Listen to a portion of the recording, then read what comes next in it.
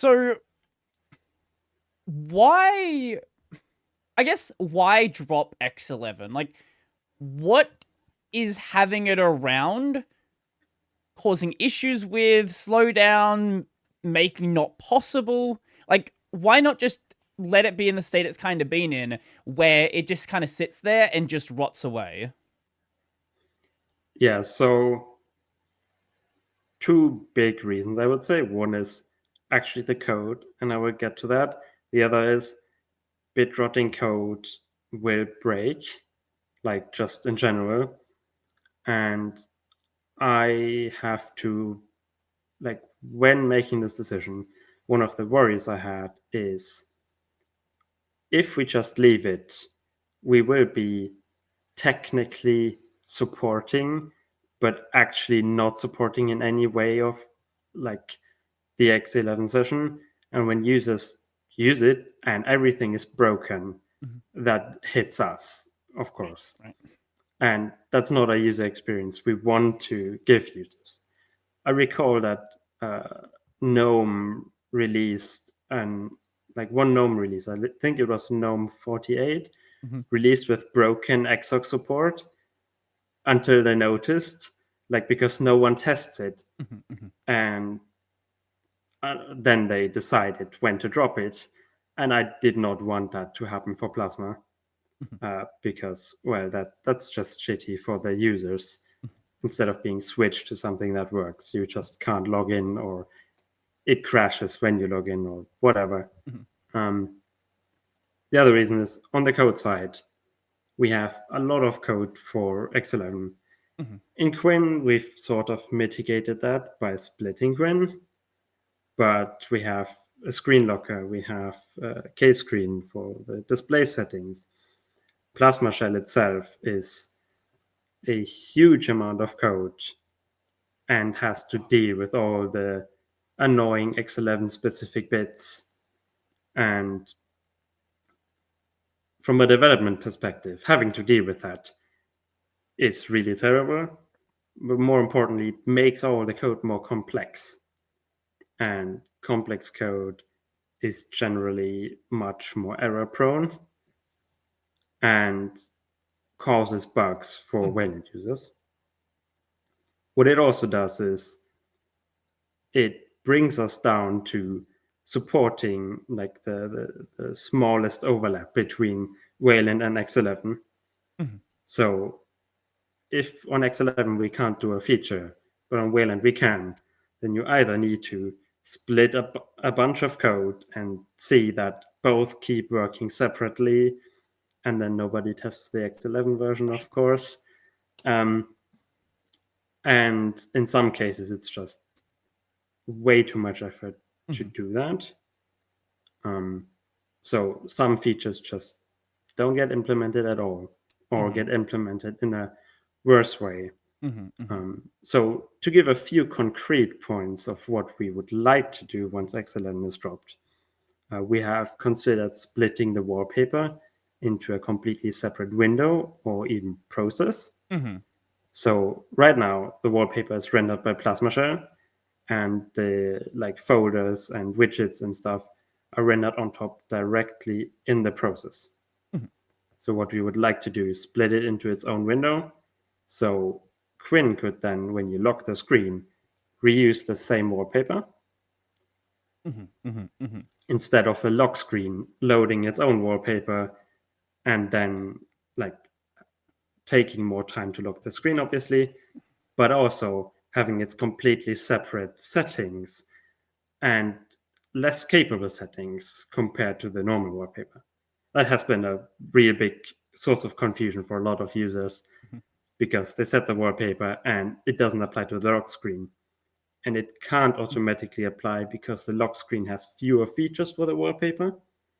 Like you can't set a wallpaper per screen um, because it's the security critical component. Right. We Right. wanted to keep it as dumb as possible. So if we can split up things in a way that is at least challenging to do on X11, Mhm. especially if you need to support the no compositing case where transparency isn't a thing, um,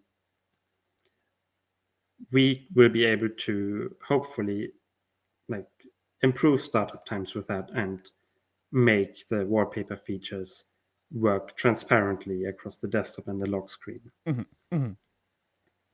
There are a few other things here and there, like radically simplifying the lock screen so it starts up faster in general and it crashes less often. That's always Thankfully, good. that just doesn't crash as often like lately anymore. We improved that a lot, but I would still be much happier if the lock screen wasn't such a gigantic pile of like layers on top of layers Mhm, mhm. with everything being super brittle and terrible. Right, right. So obviously most people don't enable KDE telemetry, but from the I don't know if you've looked at it recently, but from the numbers that are there, how many people have been using the X11 session? Obviously, again, these can be skewed because it's not enabled by default. For anyone who argues about statistics, what do the numbers say? Yeah, so accessing telemetry is a fun topic because I don't think I have access. Oh, Like okay. Well, I at some point I talked about it with David Edmondson, and like there's a website I can go to, but all the actual pages on that website where you can look at the statistics, I don't know, aren't unlocked for me, or I need to figure out how to add the correct pages or whatever. right. But the last numbers I heard was that over 80% are on Wayland, uh, over 80% of Plasma 6 users, Right, right. and roughly like bit less than 20% on X11. Mhm.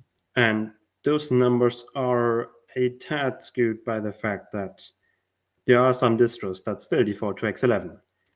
Mhm. One of the biggest ones, of course, SteamOS. Yes, yes. That is changing. Mhm. Like that's getting fixed. But yeah, as far as I know, we unfortunately do not record the distribution in Mhm. the telemetry data, which is, and adding that is a whole, yeah, can of worms that we can't really open because of how the telemetry system is designed. Right. But so my estimate would be 10 or 5% maybe that are on X11 by choice rather than by distro default. Right, and that's a big distinction. That's a really important distinction because it's kind of the same way with Wayland, where a lot of people are on Wayland not by choice. It just happens to be what their distro uses, and it's good enough that they don't think about it.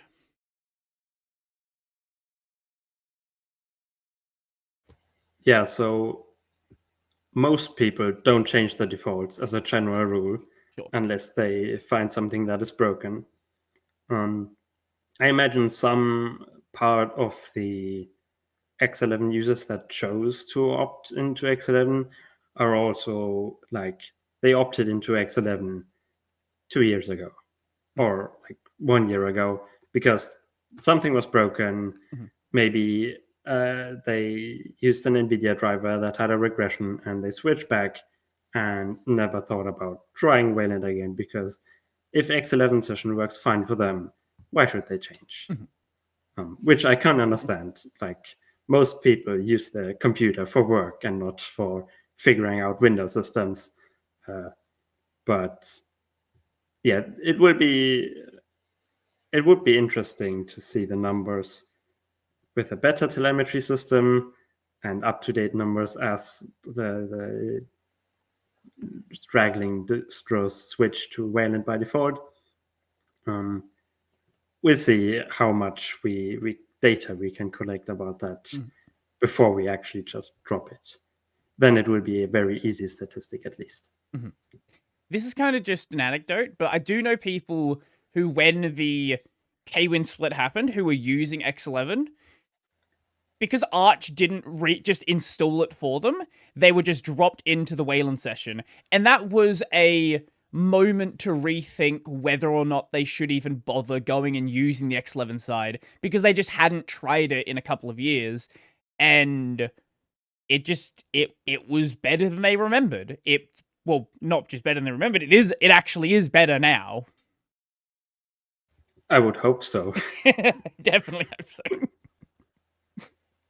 But I can't speak for anyone else, but I'm sure some people, for them, that actually was a moment to rethink what they were doing, because it did force them for a moment to just try out the Wayland session and just actually try it. I think that's the problem for a lot of people.